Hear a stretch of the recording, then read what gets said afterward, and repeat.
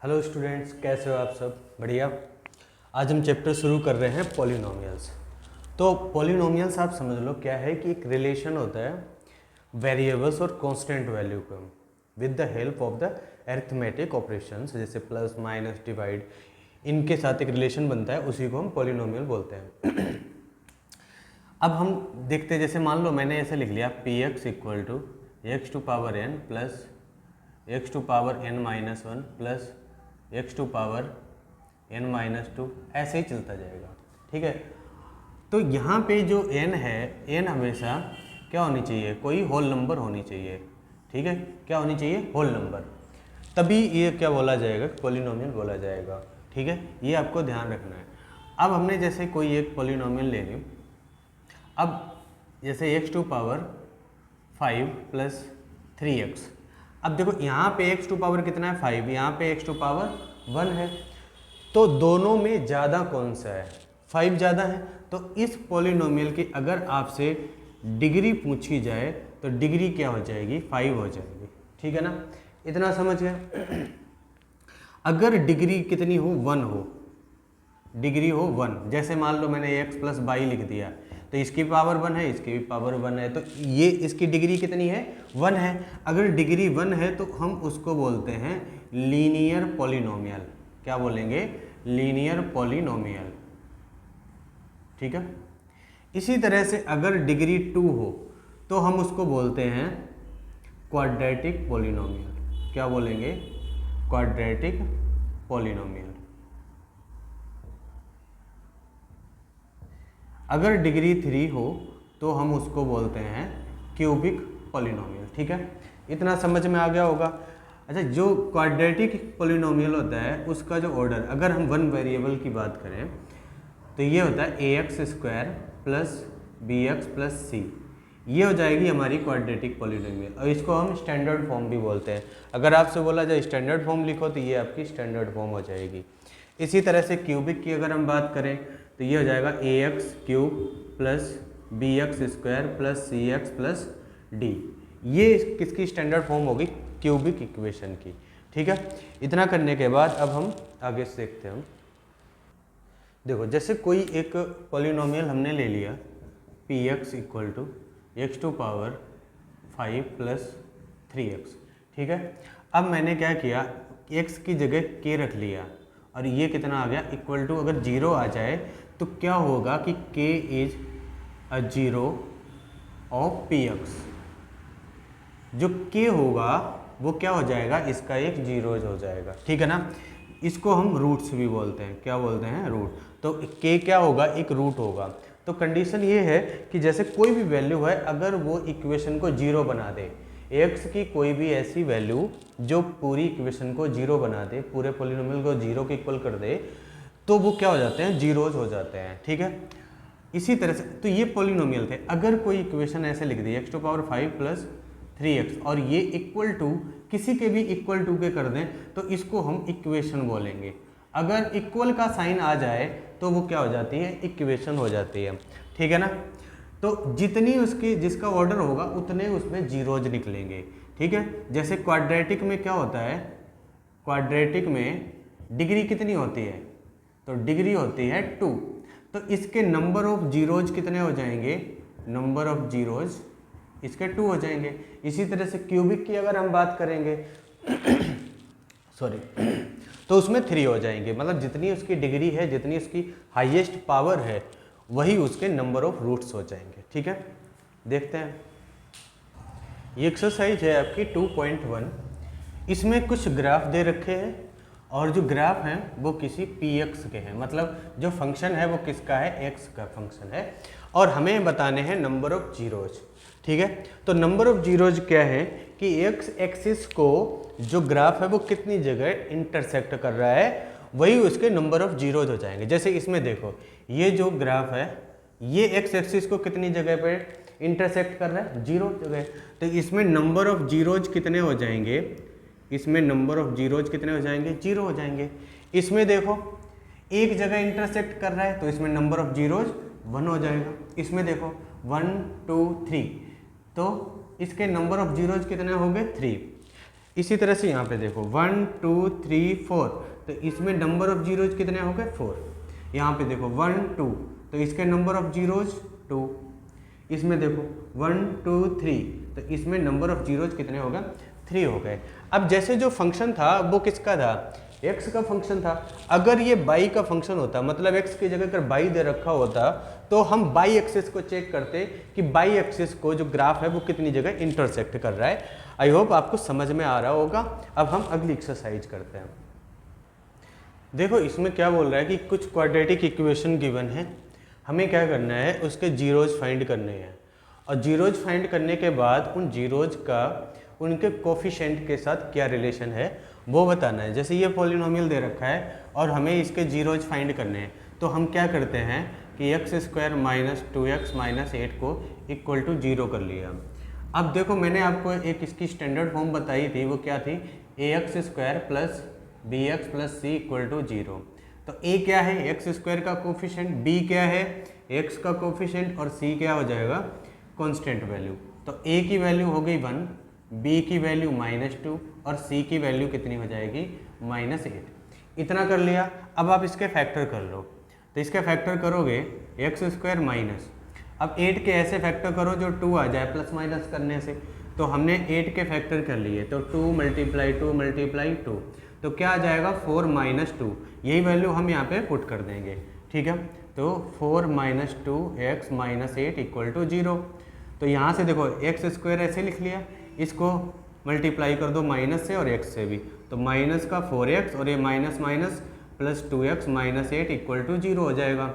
यहाँ से हमने क्या किया, x कॉमन लिया, तो x - 4, यहाँ से हमने 2 कॉमन लिया, तो x - 4 इक्वल टू 0। तो x - 4 कॉमन ले लो यहाँ से, तो यहाँ से क्या मिला x और यहाँ से +2 इक्वल टू 0। इतना समझ में आ गया होगा। तो एक बार हमने x - 4 इक्वल टू 0 किया, तो x की वैल्यू कितनी आ गई 4। इसी तरह से x + 2 इक्वल टू 0 करोगे तो x की वैल्यू आ जाएगी -2। तो ये हो गया अल्फ़ा और ये हो जाएगा बीटा, हमने इसको डिनोट कर लिया। अब हमें क्या बताना है, हमें इनका रिलेशन बताना है कि किसके साथ में, उनके कोफिशिएंट के साथ किस तरह से होता है। तो सम ऑफ जीरोज क्या होता है, सम ऑफ जीरोज हमने क्या कर दिया, इन दोनों का सम कर दिया। तो alpha plus beta equal to, अब ये आना कितना चाहिए, जो अल्फ़ा प्लस बीटा होता है ये होता है -b/a। आप चाहो तो पहले ये ले लो, alpha plus beta equal to, ये कितना हो जाएगा 4 + -2, तो ये कितना आ गया 2 आ गया। इसी तरह से अब मैंने -b/a ले लिया, तो माइनस, अब b की वैल्यू कितनी है -2 है, -2, a की वैल्यू कितनी है 1 है, तो ये भी कितना आ गया 2 आ गया। तो ये क्या आ जाएगा, hence alpha plus beta equal to -b/a, ठीक है ना। इसी तरह से अब हम इनका प्रोडक्ट ऑफ जीरोज निकालेंगे। तो प्रोडक्ट ऑफ जीरोज ये क्या होता है, ये होता है अल्फ़ा इंटू बीटा, और ये किसके इक्वल लाना है, c/a के इक्वल लाना है। तो देखो अल्फ़ा इंटू बीटा हमने पहले निकाल लिया, तो ये 4 × -2, तो ये कितना हो गया -8। इसी तरह से c/a निकालो, तो c की वैल्यू कितनी है, यहाँ पे देखो c की वैल्यू है -8/1 दैट इज माइनस। क्या ये दोनों वैल्यू एक जैसी आ गई, बिल्कुल आ गई। तो alpha into beta equal to क्या आ जाएगा, c/a आ जाएगा। बस ये रिलेशनशिप इनके बीच में स्टेब्लिश हो गया। देखो इसका नेक्स्ट पार्ट है 4s² - 4s + 1। तो सबसे पहले हमने यहाँ पे क्या किया कि a ले लिया 4, b कितना हो जाएगा -4 और c कितना हो जाएगा 1। अब जो ये पॉलिनोमियल दे रखा था इसके हमें निकालने हैं जीरोज, तो इसको हमने इक्वेशन की फॉर्म में लिख लिया, मतलब इक्वल टू 0 लिख लिया।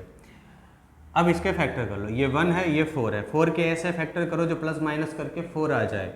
तो देखो 4s² माइनस ये 2 + 2 कर दिया +1 इक्वल टू 0।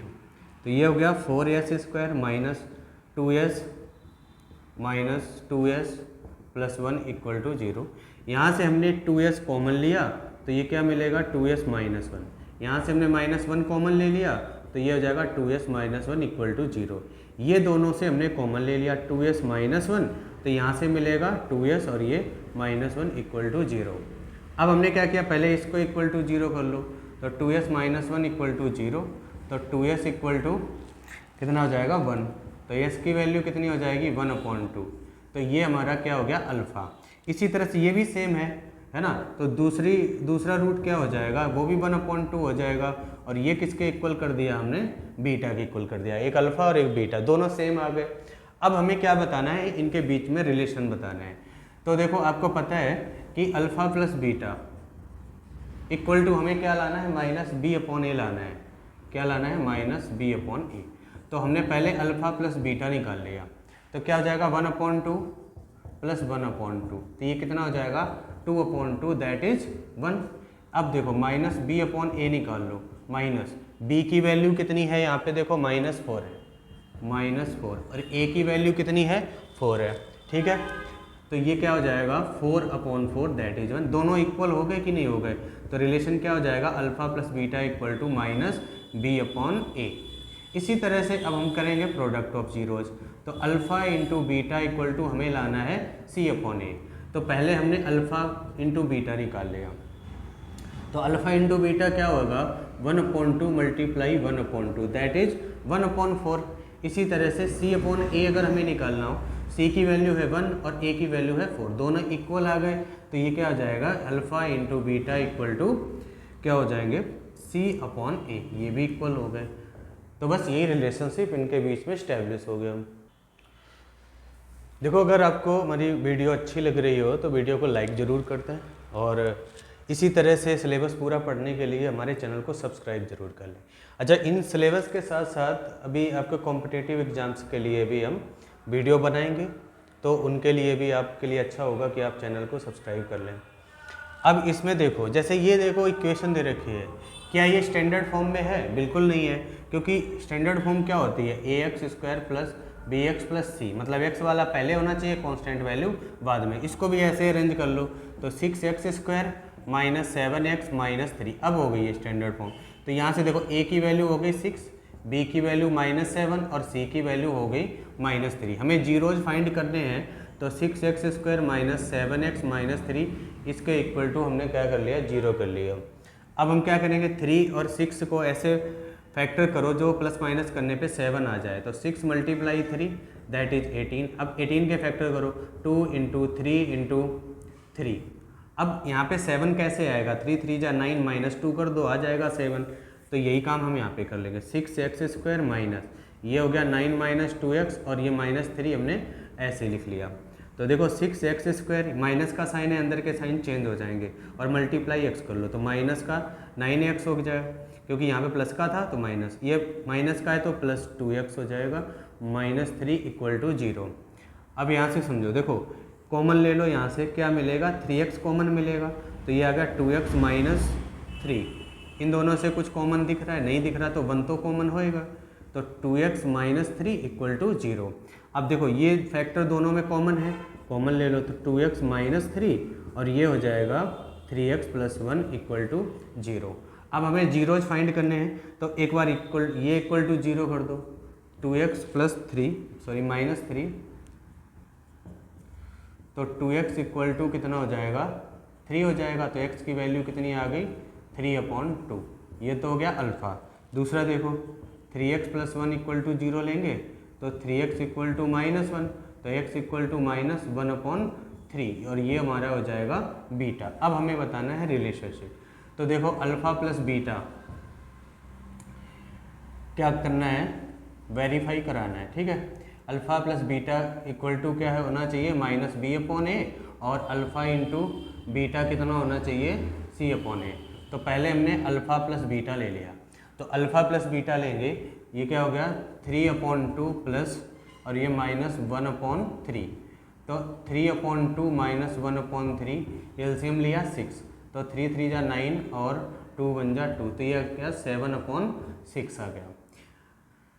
अब हमने क्या किया c/a निकाल लिया। अब c कितना है यहाँ से देखो -3 है, सॉरी यहाँ पे -b/a लाना है, -b/a, तो माइनस ऐसे लगा लिया। b की वैल्यू कितनी है -7 है और a की वैल्यू कितनी है 6 है, तो ये क्या आ जाएगा 7/6। आगे दोनों इक्वल, तो hence alpha plus beta equal to minus b/a हो जाएगा। इसी तरह से अब हम प्रोडक्ट निकाल लेंगे, तो अल्फ़ा इंटू बीटा ये क्या हो जाएगा, देखो 3/2 मल्टीप्लाई माइनस 1/3, 3 से 3 कैंसिल, ये आ जाएगा माइनस का 1/2। इसी तरह से अब हम क्या कर निकालेंगे, c/a निकालेंगे। तो c की वैल्यू कितनी है, यहाँ पे देखो c की वैल्यू है -3 और a की वैल्यू कितनी है 6 है। वैल्यू पुट की सॉल्व करोगे तो ये क्या आएगा -1/2। तो यहाँ से क्या निकल गया कि अल्फ़ा इंटू बीटा जो है वो किसके इक्वल हो जाएगा, c/a के इक्वल हो जाएगा। तो ये रिलेशन बन गया इनका। देखो इस इक्वेशन में ये दे रखा है 4u² + 8u, ठीक है ना। तो यहाँ से हमने a लिया, a कितना हो जाएगा 4, b कितना हो जाएगा 8 और c मतलब कांस्टेंट वैल्यू दे ही नहीं रखी है तो ये क्या हो जाएगी 0। अब हमने क्या किया 4u² + 8u, जीरोज निकालने हैं तो इक्वल टू हमने 0 कर लिया। यहाँ से देखो 4u अगर हम कॉमन ले लेंगे तो यहाँ से क्या मिलेगा u + 2 = 0। अब इसके दो फैक्टर हो गए, एक ये और एक ये। एक बार तो 4u = 0 कर दो तो u की वैल्यू कितनी आ गई 0, ये तो हो गया अल्फ़ा। इसी तरह से u + 2 = 0 करोगे तो u की वैल्यू आ जाएगी -2, ये हो जाएगा हमारा बीटा। अब हमें बताना है रिलेशनशिप, इनको वेरीफाई कराना है। क्या वेरीफाई कराना है रिलेशनशिप, एक तो alpha plus beta equal to -b/a और alpha into beta equal to c/a। तो पहले हमने अल्फ़ा प्लस बीटा ले लिया, तो अल्फ़ा प्लस बीटा, अल्फ़ा कितना है 0 प्लस बीटा कितना है -2, तो ये आ जाएगा -2। अब -b/a निकालेंगे, माइनस ऐसे ही लगा लिया, b की वैल्यु कितनी है 8 है, अपॉन a की वैल्यू है 4, सॉल्व करोगे -2, आ गए ना दोनों इक्वल। तो इसका मतलब alpha plus beta equal to -b/a हो गया। अब हम अल्फ़ा इंटू बीटा देख लेते हैं, तो अल्फ़ा कितना है 0, बीटा कितना है -2, कितना आ जाएगा 0 आ जाएगा। c/a निकालेंगे, c की वैल्यु 0 है, a की वैल्यू 4 है, तो ये भी 0, आ गए ना दोनों इक्वल। तो इसका मतलब alpha into beta equal to c/a हो जाएगा, ये भी वेरीफाई हो जाएगा इस तरह से। देखो अगले क्वेश्चन में क्या दे रखा है, इसका नेक्स्ट पार्ट क्या है, t² - 15 दे रखा है। क्वेश्चन को सबसे पहले ध्यान से देखो, अगर आपका ऑब्जर्वेशन स्ट्रांग होगा ना, कैलकुलेशन और सारे मेथड आपको तुरंत दिमाग में आ जाएंगे। सॉरी, देखो यहाँ से a = 1 हो जाएगा t², t है नहीं मतलब b = 0 हो जाएगा और c = कितना हो गया -15 हो गया। हमें निकालना है 0, तो t² - 15 = 0 कर सकते हैं। ये 15 इधर जाएगा तो t² ये प्लस का 15 हो जाएगा इधर आके, तो t² 15 है तो t = क्या हो जाएगा, जो ये स्क्वायर है वो इधर आके रूट आ जाएगा 15 और प्लस माइनस का साइन। तो t की दो वैल्यू आएंगी, एक तो √15 और दूसरी वैल्यू आएगी t = -√15। तो ये हो गया हमारा अल्फ़ा और ये हो गया हमारा बीटा। आप चेंज भी कर सकते हो, उससे कोई फर्क नहीं पड़ेगा, करना वैसे ही है। अब हमें वेरीफाई क्या कराना है, वेरीफाई क्या कराना है कि alpha plus beta equal to -b/a और alpha into beta equal to c/a, ये वेरीफाई कराना है। तो सबसे पहले हमने अल्फ़ा प्लस बीटा ले लिया। देखो क्वेश्चन में काम वही करना होता है, अगर आपको एक क्वेश्चन ढंग से समझ में आ गया ना तो सारे क्वेश्चन अपने आप कर ले होगे, ठीक है ना। तो यहाँ से देखो अल्फ़ा प्लस बीटा, तो अल्फ़ा और बीटा दोनों को प्लस कर दो, तो √15 प्लस ये -√15, तो एक प्लस का है और एक माइनस का है, तो क्या मिलेगा 0 मिलेगा। इसी तरह से अब हम -b/a ले लेते हैं, तो -b की वैल्यू कितनी है 0, a की वैल्यु कितनी है 1, तो 0 के अपॉन में कुछ भी हो 0 रहेगा, दोनों वैल्यू इक्वल हो गई, तो ये वेरीफाई हो गया। मतलब alpha plus beta equal to कितना आ जाएगा -b/a आ जाएगा। इसी तरह से अब हम अल्फ़ा इंटू बीटा निकाल लेते हैं, तो इन दोनों को मल्टीप्लाई कर दो, तो √15 मल्टीप्लाई -√15, तो ये -15 आ जाएगा, ठीक है ना। अब c/a लेना है, c/a, c की वैल्यू कितनी है -15 है और a की वैल्यू 1, तो ये भी कितना आ गया -15, ये भी -15, तो इसका मतलब अल्फ़ा इंटू बीटा कितना हो जाएगा c/a हो जाएगा। बस हो गया रिलेशन सेटिस्फाई। देखो इसके नेक्स्ट पार्ट में ये इक्वेशन दे रखी है, पॉलिनोमियल दे रखा है और इसके जीरोज फाइंड करने हैं। तो ए की वैल्यू कितनी है 3, बी की वैल्यू -1 और सी की वैल्यू है -4। ठीक है, तो हमने क्या करना है, इसके जीरोज फाइंड करने हैं। तो 3x² - x - 4 इक्वल टू हमने 0 ले लिया। यहाँ पे 3 है और यहाँ पे 4 है। 3 और 4 के ऐसे फैक्टर करने हैं जो यहाँ पे 1 आ जाए। तो ये 4 - 3 सीधा सीधा नज़र आ गया, है ना। तो बस यही काम यहाँ पे कर लो। देखो 3x² - 4 - 3x - 4 इक्वल टू 0। तो देखो 3x² माइनस का साइन है, अंदर के साइन चेंज कर दो, तो माइनस का 4x हो जाएगा और प्लस का 3x - 4 इक्वल टू 0। यहाँ से हमें x कॉमन मिलेगा तो 3x - 4, यहाँ से 1 कॉमन मिलेगा तो 3x - 4 इक्वल टू 0। तो देखो 3x - 4 कॉमन ले लिया तो x + 1 बचेगा इक्वल टू 0। तो देखो यहाँ से 3x - 4 अगर इक्वल टू 0 करेंगे तो यहाँ से देखो 3x इक्वल टू 4 हो गया, तो x की वैल्यू 4/3, ये तो हो गया अल्फ़ा। इसी तरह से x + 1 इक्वल टू अगर हम 0 करेंगे तो x की वैल्यू आएगी -1, तो ये हो गया हमारा बीटा। अब हमें वेरीफाई कराना है, तो alpha + beta equal to -b/a और alpha × beta equal to c/a, यही वेरीफाई कराना है। तो पहले हमने अल्फ़ा + बीटा ले लिया, तो अल्फ़ा + बीटा दोनों वैल्यू पुट कर लो, 4/3 और प्लस और ये -1, इनका एलसीएम लिया 3 आया, तो ये 4 - 3 दैट इज 1/3। इसी तरह से ये -b/a निकाला हमने, तो माइनस, अब यहाँ पे देखो b की वैल्यू कितनी है -1/a की वैल्यू कितनी है 3, इसको सॉल्व करोगे तो ये भी 1/3, ये 1/3, ये 1/3, इसका मतलब alpha + beta equal to -b/a verify हो जाएगा। अब इसको वेरीफाई कराना है, तो अल्फ़ा × बीटा ले लिया हमने पहले, तो अल्फ़ा की वैल्यु 4/3, बीटा की वैल्यू -1, तो ये आ जाएगा -4/3। अब ये किसके इक्वल वेरीफाई कराना है, c/a के, तो c की वैल्यू कितनी है -4 है और a की वैल्यू 3 है। तो देखो ये आ गए ना दोनों इक्वल, तो इसका मतलब अल्फ़ा × बीटा इक्वल टू क्या आ जाएगा c/a। तो इस तरह से आप क्या कर सकते हो, किसी भी पॉलिनोमियल के आप रूट्स फाइंड करके और उनके कोफिशिएंट के साथ रिलेशन स्टैब्लिश कर सकते हो। देखो नेक्स्ट क्वेश्चन में क्या है कि हमें क्वाड्रेटिक पॉलिनोमियल बताना है, जिसमें क्या दे रखा है, सम दे रखा है और प्रोडक्ट दे रखा है। तो जो पहला नंबर है वो क्या है, सम है, और जो दूसरा नंबर है वो है हमारा प्रोडक्ट है। तो कहने का मतलब ये है कि अल्फ़ा + बीटा इक्वल टू दे रखा है 1/4 और अल्फ़ा × बीटा कितना दे रखा है -1। हमें निकालना है क्वाड्रेटिक पॉलिनोमियल,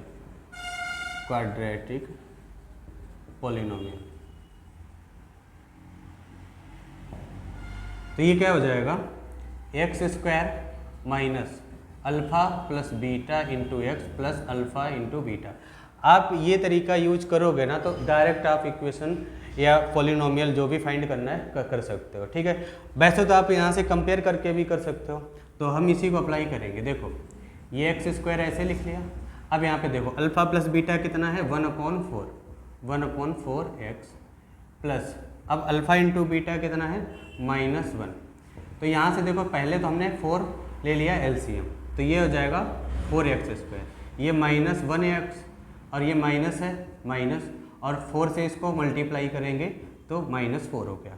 ठीक है, हमने क्या किया 1/4 ले लिया बाहर, ये क्या मिलेगा 4x² -x और -4, यही हमारी पॉलिनोमियल हो जाएगी। ठीक है ना। अब हो सकता है कि आपको ये भी साथ में इंक्लूड हो, अगर नहीं है तो आप इतना भी लिखोगे ना तो भी वो सही है। देखो इस पार्ट में क्या है कि अल्फ़ा + बीटा इक्वल टू है √2 और अल्फ़ा × बीटा इक्वल टू 1/3 है। हमें क्या चाहिए, क्वाड्रेटिक पॉलिनोमियल,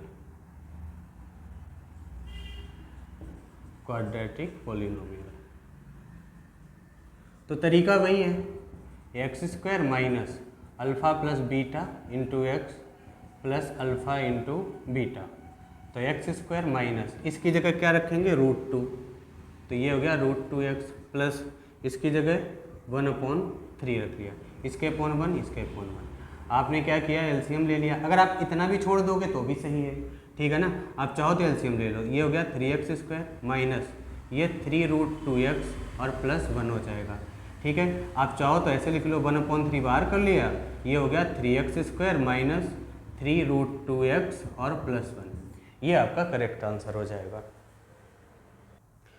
देखो इसमें अल्फ़ा प्लस बीटा कितना है, अल्फ़ा प्लस बीटा है 0 और अल्फ़ा इंटू बीटा कितना है √5। हमें चाहिए क्वाड्रेटिक पॉलिनोमियल।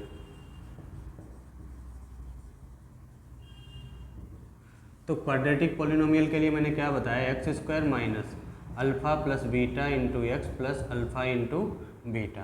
तो x² ऐसे लिख लिया माइनस, अब अल्फ़ा प्लस बीटा की जगह 0 पुट करोगे into x plus alpha into beta की जगह √5। तो ये क्या आ जाएगा x², ये तो 0 हो गया और प्लस ये √5। तो यही हमारी रिक्वायर्ड पॉलिनोमियल हो जाएगी। देखो इसमें अल्फ़ा प्लस बीटा कितना है 1 है और अल्फ़ा इंटू बीटा ये भी 1 है ना। हमें चाहिए क्वाड्रेटिक पॉलिनोमियल।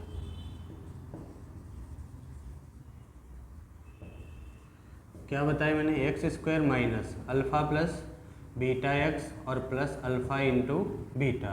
तो x² माइनस, अब बताओ अल्फ़ा प्लस बीटा की जगह क्या रखेंगे, 1 रखेंगे, 1 इंटू एक्स प्लस इसकी जगह 1 रखेंगे।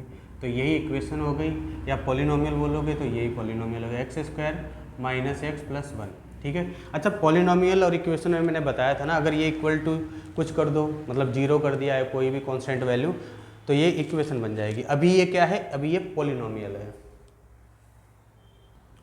देखो इसमें कि अल्फ़ा प्लस बीटा कितना दे रखा है -1/4 और अल्फ़ा इंटू बीटा दे रखा है 1/4। हमें चाहिए क्वाड्रेटिक पॉलिनोमियल।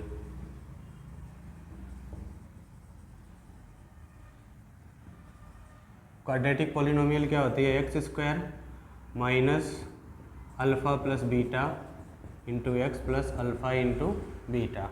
तो देखो x² minus alpha plus beta की जगह ये वैल्यू रख लो -1/4x plus alpha into beta की जगह 1/4, इसके अपॉन 1 मान लिया, एलसीएम लोगे तो 4। तो ये क्या हो जाएगा 4x², माइनस माइनस प्लस हो गया, 4 तो हो ही गया, तो ये 1x हो जाएगा, ये प्लस 1 हो गया। तो यहाँ से हमने क्या किया 1/4 कॉमन ले लिया, ये मिलेगा 4x² प्लस x प्लस 1। यही हमारी रिक्वायर्ड पॉलिनोमियल हो जाएगी। इस क्वेश्चन का लास्ट पार्ट रह गया और इस एक्सरसाइज का भी लास्ट क्वेश्चन है। तो देखो इसमें क्या है, alpha plus beta equal to 4 है और alpha into beta equal to 1 है। तो देखो क्वाड्रेटिक पॉलिनोमियल क्या होएगी, पॉलिनोमियल देखो x² minus alpha plus beta x plus alpha into beta. तो x² हमने ऐसे लिख लिया माइनस, अब अल्फ़ा प्लस बीटा की जगह रखेंगे 4x और इसकी जगह रख दिया +1। तो बस यही हमारी रिक्वायर्ड पॉलिनोमियल हो जाएगी। आपको वीडियो कैसी लगी ज़रूर बताएं, कमेंट बॉक्स में लिखें। अगर कोई किसी तरह का कोई सजेशन है तो भी कमेंट बॉक्स में लिख के बताएं। Thank you.